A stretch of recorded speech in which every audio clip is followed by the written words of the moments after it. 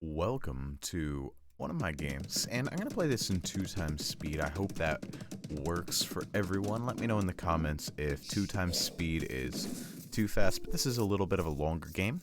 But I wanted to show you something that I thought was fun. Now, I admit, well, no, we'll save that for the end. Anyway, drop the good luck, have fun. No response so far, no big deal.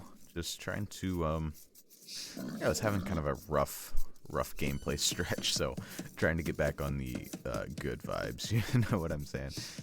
Just scouting up over here. The map is acclivity. This is Hindustanis versus Bulgarians. Now, if you are familiar with Hindustanis versus Bulgarians, you're going to realize, hey, Bulgarians aren't the best matchup against Hindustanis. Bulgarians are really good at a couple things: infantry and cavalry.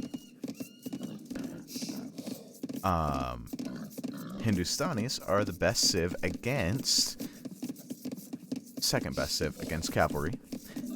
Terrific camel civ. They get imperial camels, but they also, not only that, they also get great cavalry archers against infantry. So infantry, not a good play. Cavalry, not a good play. So I'm thinking, what in the world can I do?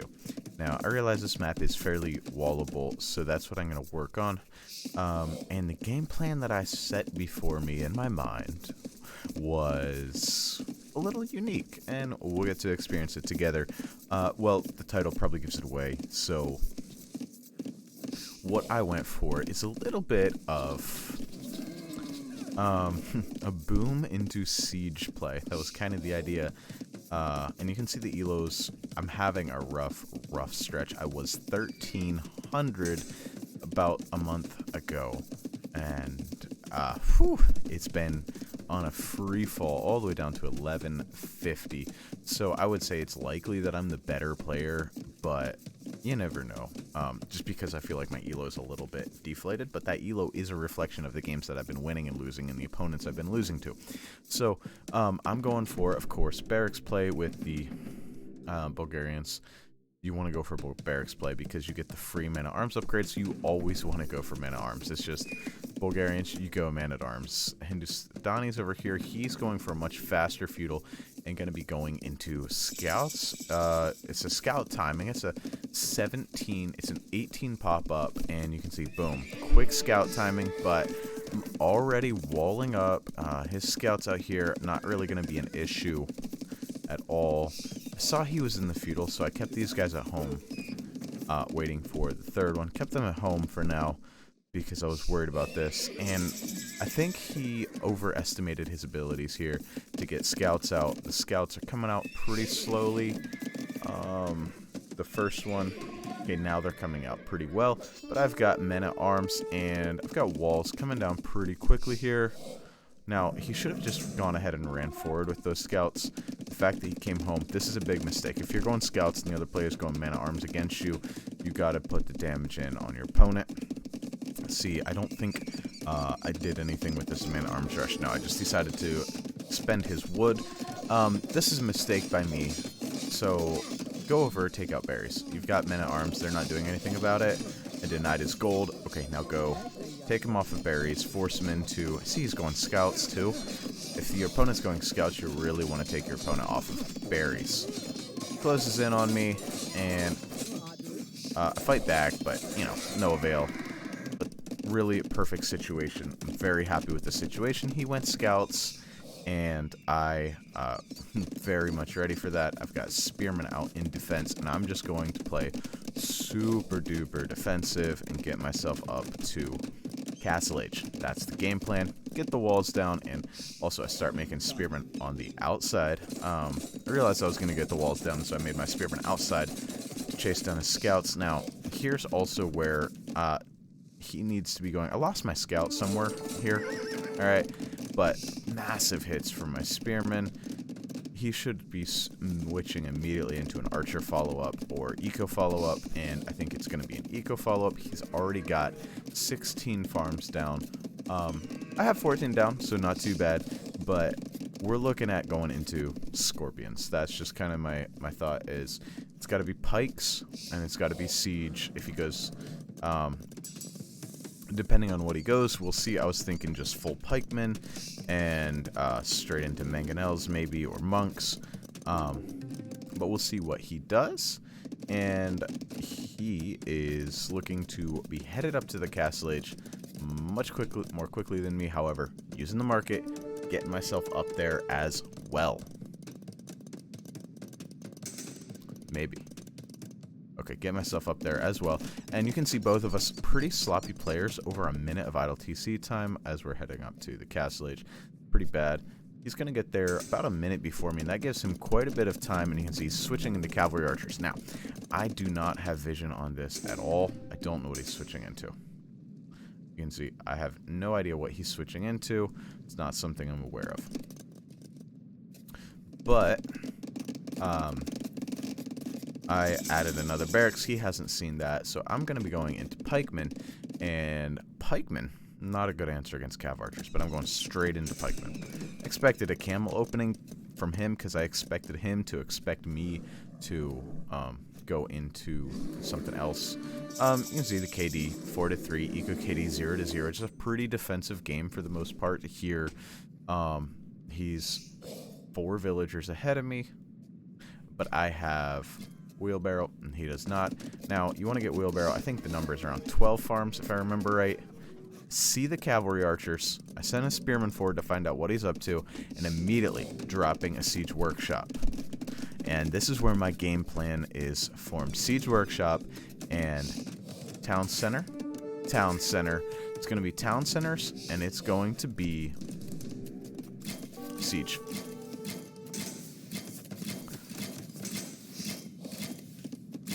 Yeah, I realize that's not happening. And the siege is coming out pretty late. Villagers dropping like flies for me. Great damage by him. I'd already been forced off my wood line. I'm in shambles right now. Absolute shambles. However, I do have 3 town centers to his 2 town centers. As I continue to lose villagers. 5 villagers killed by him. That's great. I'm going scorpions. Why am I going scorpions? Well, mangonels don't tend to get a whole lot of damage in on cav archers because they can dodge, they're tough, so I wanted guaranteed damage. Now this is a mistake by him. I think he must have thought he clicked these guys out and he did not, but 3 scorpions now are out and another villager is down for me. And a villager over here, 11 villagers killed. That's game-ending stuff right there. Just, he's absolutely wrecked me. Considering calling it, but you never call it till it's over. Always keep on playing. So I'm continuing to play. I'm housed. I'm adding houses here and there. And he's going to find these town centers eventually. He hasn't noticed them just yet, that I'm booming up like a madman, trying to stay on top of things. Our idle TC time is about the same, but I have 3 town centers. He only has 2. That's a lot of cav archers. It's 18 cav archers, but I've got 10 military, and 6 of that is scorpions. So, you know, it could be worse. He catches these villagers out, and I delete all those farms so he can't start sniping them off. But he catches another villager. That's 13 villagers down for me. But if you look, he's seen so many scorpions. There should be some sort. There it is. You can see there should be some sort of cavalry follow-up. It's not coming out just yet. And he comes in, gets another villager. What am I doing, man? But these cav archers are fragile. They're getting weak. Now, scorpions are not as bad as you might think. And catching out more villagers. 3 more villagers down. 4 villagers down. Now, look at that. That light cav had taken a lot of damage. These cav archers getting weaker and getting weaker. The scorpions have not paid off yet. The KD is 33-12. So going pretty poorly, but now I've added a 4th town center, trying to keep my eco afloat, and guess what? I'm only 2 villagers behind. I've got 4 town centers, but he's got 3. So not that different. Now, scorpions, like I said, not quite as bad against light cav as you might think. They deal a fair amount of damage. Now I'm adding in the pikemen. So but then he's back in on this side.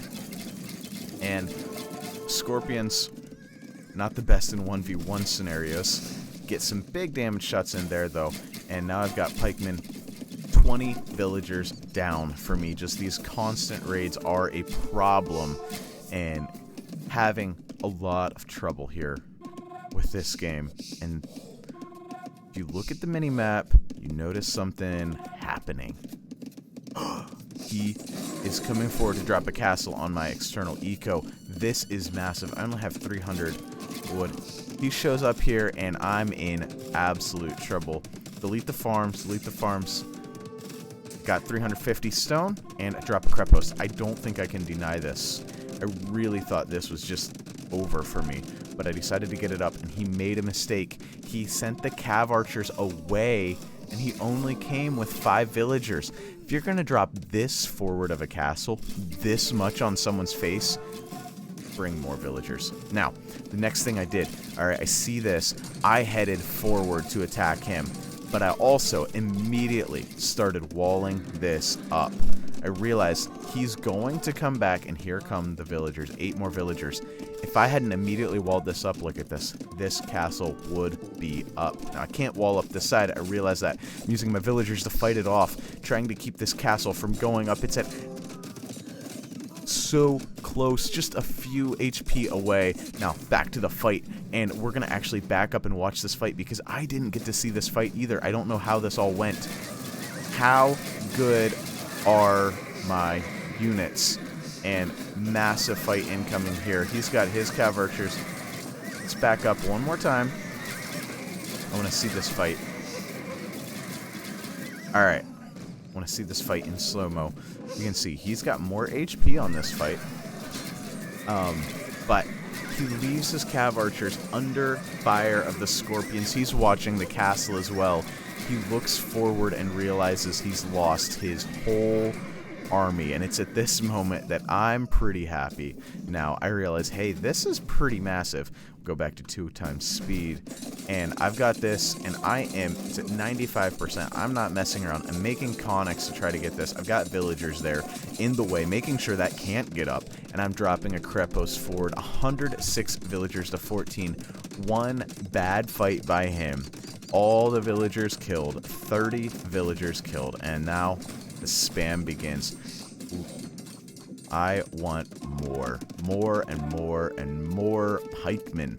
I've got scorpions everywhere. Now, I've also got 5 town centers. Now, my idle TC time going crazy, but that's because I'm at 120 villagers. Gonna drop another crep post. Now, this one, it could have been a little better. I think on this gold would have actually been better, but I wanted to get these production buildings as well. It's kind of my thought. I've got arson. I'm getting my armor upgrades. I want these armies to be effective. And I see that he's got a town center up here. I believe I see that anyway. I get ready to add another crepos. Trying to keep these guys alive. But you can see, these light cav, they can't stand up to the damage here. These guys, scorpions. Alright, if I can click on one. 12 attack, it's not nothing, and I'm in the, no, he's in the Imperial Age. I'm on the way, but he beats me to the Imperial Age. Heavy Cav Archer, Hussar, Chain Barding Armor. This game is still up for grabs, but I have a massive lead in both military and eco. At this point in the game, 130 villagers, down to 2 villagers building this. He doesn't feel like he can stop it. I think he could have there, building a crepos there. And now, adding more siege. I'm almost to the Imperial Age, and guess what? I've got a nice little bonus as Bulgarians. My upgrades are cheap. He's adding stuff as well. Now, he also has 6 town centers at this point. So he's got 6 town centers. He should be booming up. He's not getting any more villagers. He should be. Look at all this food. That should be going into villagers and hussars. It is going to be going into hussars very soon. But my cheap techs, halberdier, but capped ram and heavy scorpion on the way, and I want to finish this game now. And I continue. He's building more archer ranges. He should have built the stables, I think, and tried to raid or something else. I see I raided that earlier, sent up my some villagers to drop the town center. Got this crepos up. He rings the bell. That's okay. However, he's dropping a castle over here. He saw that I was over here. So he's taking position. Then in come Capped Ram, Siege Ram on the way. I've got 15 conics as well. You can see they're not upgraded at all. They're just kind of there. And here is the army. This is just a terrifying army. Look at all these heavy scorpions. Siege ram, heavy scorpion. Now, he denies this Krepos. Not going to deny that one, but the GG's called heavy scorpion halberdier play, and this was a little bit of a wild one, a little bit of a nail-biter for me, because even till the very end, as I'm pushing through his town, I don't know quite what's going on. I see the scores in my favor, but I'm not sure what's going on, and I realize my army is weird, and I don't know how well it works. But I think it got strong enough. If we go through the statistics, let's take a check at the statistics. Military stats. He still had the better KD. I never have a better KD. My military control is terrible.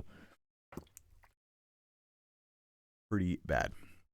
But we can see that he never killed any of my buildings, never got a real push in, and my army high was also a lot better. And my total and current army production just a lot better. Eco, better in almost every category except for stone, and very close there. Well, stone and wood. Close in both of those, but not a big difference. Only about a 3,000 eco difference there in the end. His timing's a lot better. His gameplay a little cleaner than mine. Society stats, obviously, this massive boom that I had going on. And APM stats, you can see I am a slow boy. That's just hurts to look at. He had almost double the APM that I had, but Scorpions for the win. I hope you enjoyed this one. If you did, let me know in the comments. Let me know what you think about the 2x speed cast. It is a little fast, a little hectic maybe for me, but I didn't want this video to be super long, so we made it go at twice the speed. I hope you enjoyed this one. We'll see you in the next one.